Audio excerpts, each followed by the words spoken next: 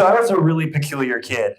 Um, and it's not that I didn't have friends. I did. I got invited to birthday parties. And I even awkwardly played team sports. But at the end of the day, this kid in this picture, this younger, even bigger eared version of me, really didn't fit in. And it deserves extra slides. So I'm going to go a little further.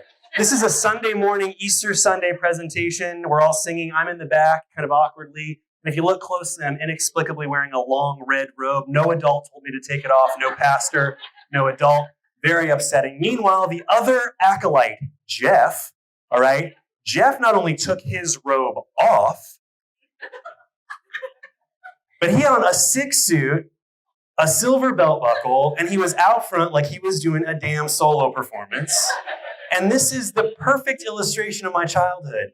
Guys like Jeff with their silver belt buckles, keeping the attention of the girls with the cool hats, and me looking like a character from The Handmaid's Tale. So it all changed, though, in junior high. A guy named Jerry Brown came into this cafeteria in Daleville, Indiana, sat across from me, and became my first true friend. Jerry was a little older than me, equally as peculiar, but we had similar passions. We both loved to play music. So we started a Christian rock band. And a much easier market to break into. So I could spend 6 minutes on this, but I'll simply say this is the first time in my life with this group of guys doing this thing I love so much that I really felt like I belonged.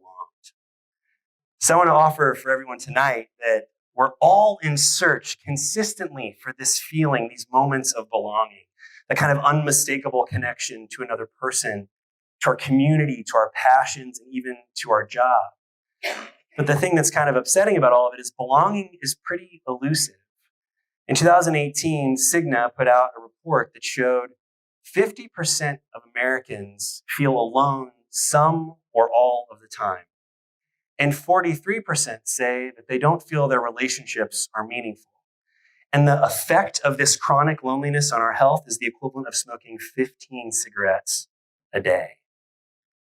And what's even crazier about all this is it's happening in a time when we're supposedly more connected than any other in the history of mankind. There are 3.5 billion people on social media, and 90% of millennials use it every single day. We've literally constructed an ecosystem of social interaction that demands likes and loves, but actually provides no real substance. So what does this have to do with spaces that impact in my title of 5 Square Feet? The organization I work for, Indy was created 15 years ago to get people connected, involved, and making a difference in our city. And the last year, we put together about 50 programs and experiences to try to create belonging and a sense of place. And in the process, we've created really awesome spaces of impact. Every year, we host an event called Indy that brings together over 115 nonprofit, 2,000 participants, all with the goal of people being able to find a way that they can make a difference and leave an imprint on our city. It is a party, a volunteer fair, and a summit of our city's doers and change makers. We also host a leadership development program called the 1828 Project. And its goal is to bring together young leaders around issues that matter to our city and our future: immigration, education, economic development, arts and culture, the sports economy. We give these young leaders the opportunity to really debate and decipher through these issues so that they can take on roles where they'll shape the city for generations to come. My favorite thing we do in the summer is neighborhood tours called Hello Neighbor. And we go and explore different neighborhoods all over our city, kind of showcasing these extraordinary spaces outside of downtown and showcase education, arts and culture, community development, and the people that are leading the work. Pretty extraordinary way to see how special our city is in a bike tour, a walking tour. We do all this because we believe that as people come to this city for whatever reason, no matter what their race, age, sexual identity, background, religion, creed is, that they should know this is their city. And this is a place where they can make a life and a future in a way that's meaningful and impactful for them. As I think about all the programs we do, though, it's not at Indy or in the classroom or even on the tours that I think we make the biggest difference. It's actually something a little bit smaller and surprising.